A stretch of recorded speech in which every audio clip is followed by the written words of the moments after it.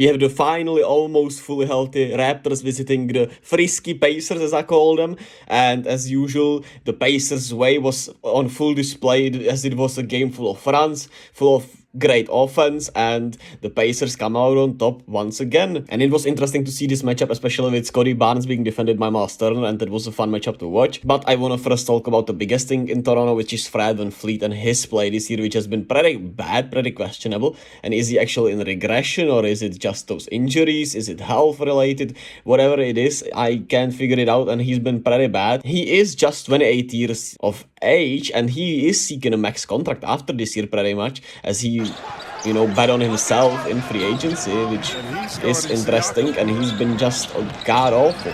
He is down in every statistical category. I guess his defense has not declined from what I saw, but I mean, maybe the numbers tell the different story, but from my eye test, it doesn't feel that way. And here are his all-star stats from last year, and as you can see, here are his stats this year, and you can see that the difference between the three-point shooting is just insane. He's shooting just 32.7% from the three-point line on 8.6 attempts per game, which is a huge regression from last year.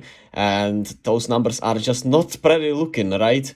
And he's down, like I said, in everything. And it's gonna be interesting if he is able to stay healthy, if those numbers will go back up or not, but it's been 29 games in for him and it's not been pretty. And otherwise for Toronto, the starters were solid, right? Scotty Barnes, 23, 8 and 8, he played really solid. You got Pascal Siakam with 26, 7 and 7. OG had 17 and 8. The starters were fine, but Nick Nurse couldn't trust anyone on the bench, which is, I mean, understandable because they played horrible, but at the same time, you can't just play those 5 guys full 40 minutes pretty much and accept a victory every time. And it's been like Nick Thibodeau, somebody said, and I really like that because it really feels like the Raptors are just in a weird spot, and I don't know where they go from here. But let's get to the more positive side of this story, which is the Pacers. And the Pacers have just so many good players. And as I talked about the Raptors bench, let's talk about the bench of the Pacers that outplayed the Raptors bench so much. They outscored the Raptors bench 54-7, and we all know Benedict Mathurin is one of the leading candidates for Sixth Man of the Year. He's had a rough December, but ended it on a positive note. He's continuing with that positive energy into the new years with 21 points, 3 rebounds, 6 of 9 from the field of the bench, got to the free throw line 10 times. Great game from him. TJ McConnell off the bench at 15, 2 and 3. He got to the line 7 times, 7 of 7 from the free throw line.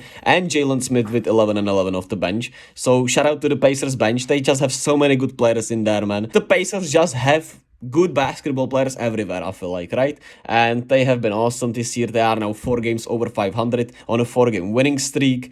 Tyrese Haliburton, 16, 6 and 8. Not his best game, he had 7 turnovers, but still, he's just a great player and an all-star. It's been wonderful to see Buddy Hield's progression, 19 points, 5 rebounds, 4 assists. And, the progression from just a catch-and-shoot player to a legit shot creator and also a pretty solid, all-around player has been wonderful to see. And the Pacers stay rolling with their 4th win in a row.